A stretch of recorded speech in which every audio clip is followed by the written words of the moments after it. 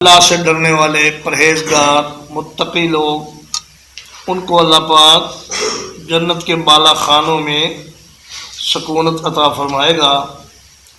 اور اصل میں چوبارہ ایسی عمارت کو کہتے ہیں جس کے چاروں طرف کھڑکیاں ہوں یا چاروں طرف دروازے ہوں۔